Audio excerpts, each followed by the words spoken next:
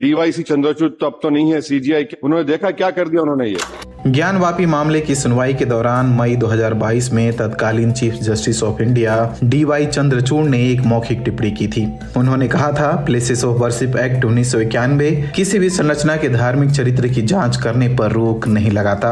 विपक्ष के नेताओं का आरोप है कि तत्कालीन सीजीआई की इस टिप्पणी के बाद मस्जिदों के नीचे मंदिरों के अस्तित्व की जाँच के लिए सर्वे कराए जाने की मांग में तेजी आई। उन्होंने ऐसा एक स्टेटमेंट लिखा, उससे आज हिंदुस्तान में पेंडोरम बॉक्स खोल दिए। हर जगह सर्वे वाले जाकर ये पहले मंदिर था, अब ये मस्जिद कैसा हो गया।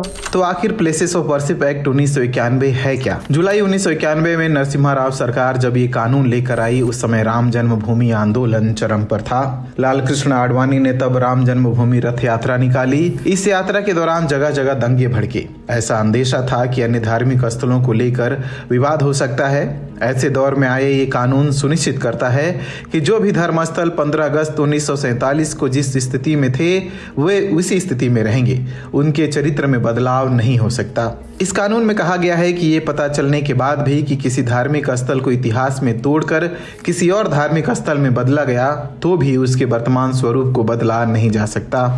कानून के लागू होते ही किसी उपासना स्थल के धार्मिक चरित्र को बदलने के लिए किसी भी अदालत में पेंडिंग कोई भी मुकदमा खत्म हो जाएगा और कोई नया मुकदमा शुरू नहीं होगा। हालांकि इस कानून से अयोध्या राम जन्मभूमि बाबरी मस्जिद विवाद को दूर रखा गया।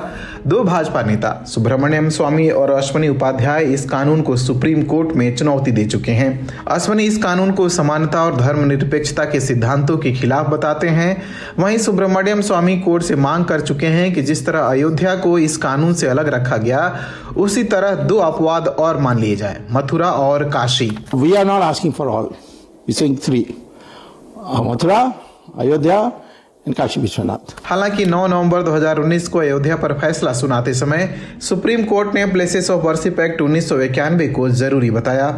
लेकिन 3 साल बाद जब वाराणसी के ज्ञानवापी मस्जिद का मामला सुप्रीम कोर्ट पहुंचा, तो इस पर सुनवाई करते हुए सीजीआई चंद्रचूड़ ने कहा कि प्लेसेस ऑफ वर्शिप एक्ट की धारा 3 किसी भी धर्मस्थल के धार्मिक चरित्र की पहचान करने से नहीं रोकती। 20 मई 2022 को चंद्रचूड़ साहब ने मौखिक अवलोकन किया और उस मौखिक अवलोकन से भानुमति का पिटोरा खुल गया। इसके बाद कोर्ट में इस तरह के केस बढ़े। सुप्रीम कोर्ट के वरिष्ठ वकील संजय हेगड़े बीबीसी हिंदी से बातचीत में कहते हैं, ज्ञानवापी मामले में जस्टिस चंद्रचूड़ की मौखिक टिप्पणी के कारण ये माना गया कि भले ही 15 अगस्त 1947 के अनुसार रहे उपासना स्थलों के चरित्र में बदलाव नहीं किया जा सकता, लेकिन उनके चरित्र की जांच की जा सकती है। 19 नवंबर 2022 को वकील हरिशंकर जैन ने संभल की जामा मस्जिद के हरिहर मंदिर होने का दावा करते हुए याचिका लगाई। याचिका में भारतीय पुरातत्व सर्वेक्षण की 150 साल पुरानी रिपोर्ट को आधार बनाया गया।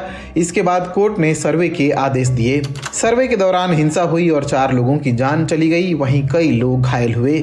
इसके कुछ दिनों बाद ही 27 नवंबर 2024 को कोर्ट ने उस याचिका को स्वीकार कर लिया जिसमें अजमेर की दरगाह के शिव मंदिर होने का दावा किया गया था।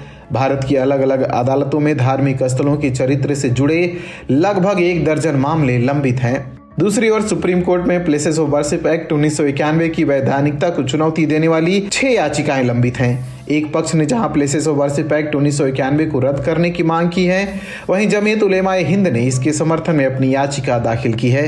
जमीयत उलेमा ए हिंद ने सुप्रीम कोर्ट को पत्र लिखकर इस मामले में जल्द सुनवाई की भी मांग की है।